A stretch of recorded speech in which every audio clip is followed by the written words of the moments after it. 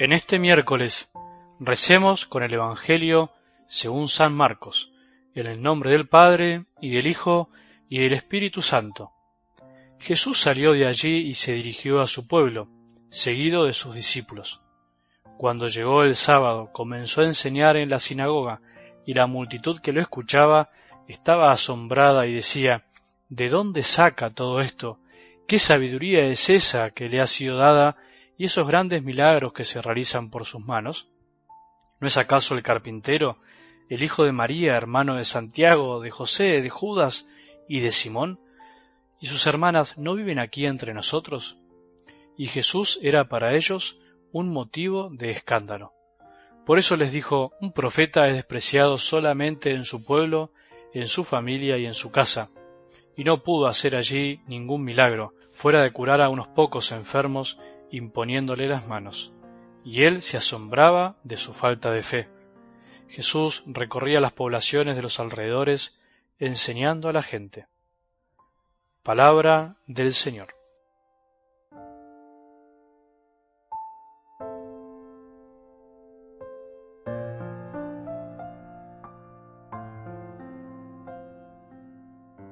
Hay que reconocerlo, resulta medio complicado hablar en estos tiempos de la realidad del demonio, de su existencia. Es mucho más gratificante hacer como si no existiera. Es más atrayente tanto para el oyente como para aquel que le toca hablar de las verdades que Dios nos enseñó por medio de la Iglesia, de su palabra. Igualmente, antes que nada, hay que aclarar que nosotros los cristianos creemos en Dios Padre, Hijo y Espíritu Santo. En definitiva, no creemos en Satanás.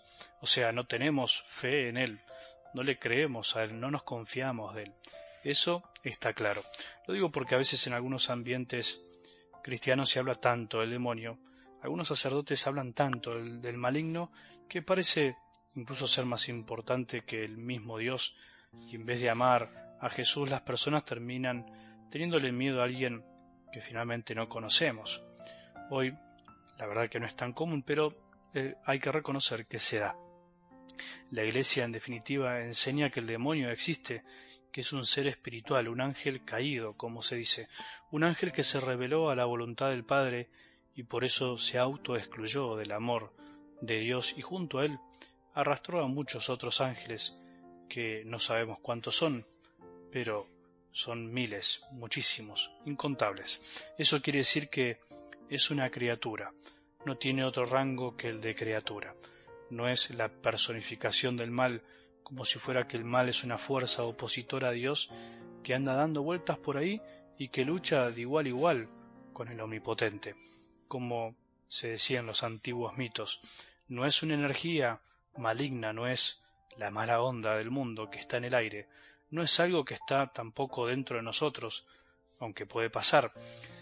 No es algo abstracto, sino que es un ser distinto a nosotros, más inteligente que nosotros, que intenta continuamente alejarnos del camino de la voluntad de Dios.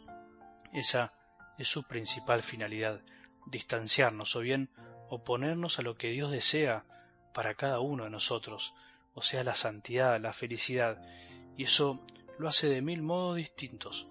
Pero el modo más común no es la posesión, como a veces se piensa, sino todo lo contrario, es la sutileza, el silencio, el anonimato, la mentira, el que creamos en el fondo que no existe, que no actúa.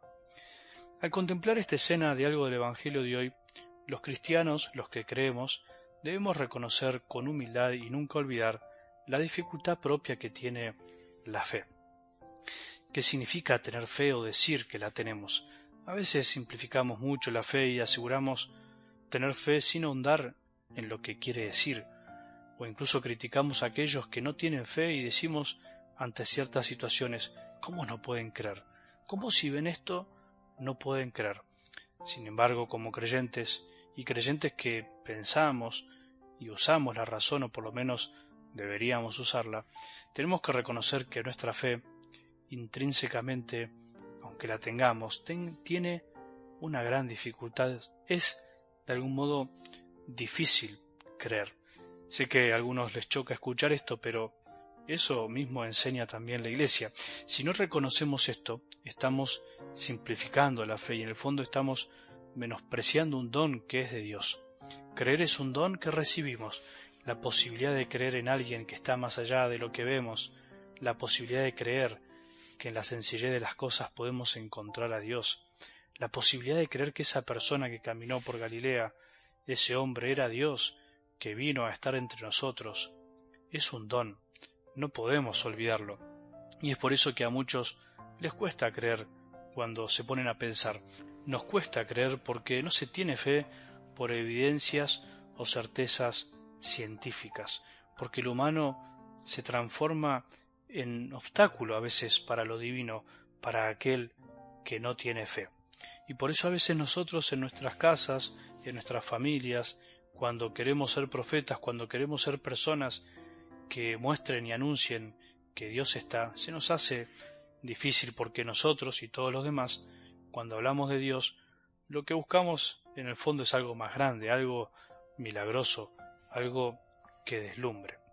El Señor vino a enseñarnos justamente que Él eligió un modo muy sencillo de hacerse presente en la humanidad y lo sigue haciendo a través de la Iglesia, a través de cada ser humano. Una vez alguien que estaba haciendo un proceso muy lindo, un camino de conversión y que no podía ir a misa los domingos por su trabajo, me decía algo así: si bien el silencio nos invita a la reflexión y a escuchar la voz de Dios, también creo que al encuentro del otro podemos encontrar a Dios. Al fin y al cabo, todo es caridad, el hallarlo en el otro, en un paciente, en un niño, en el colectivo, al que está con una mirada triste, es regalar un buen día, una sonrisa. No sé si pude explicarme bien, padre, me decía.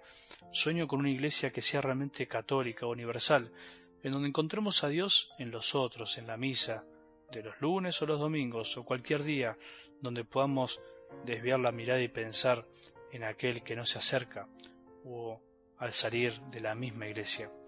Creo que no es necesario agregar mucho más. La palabra de Dios fue obrando en esta persona maravillas, y fue cambiándola y haciendo un corazón mucho más abierto y comprensivo.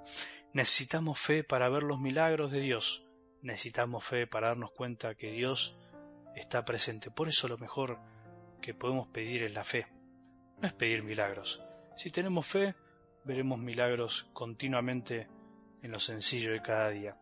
El milagro de poder despertar, levantarnos y ver todo lo que Dios nos regaló, nuestra familia, nuestros hijos, el milagro de haber recibido tantos dones espirituales y materiales.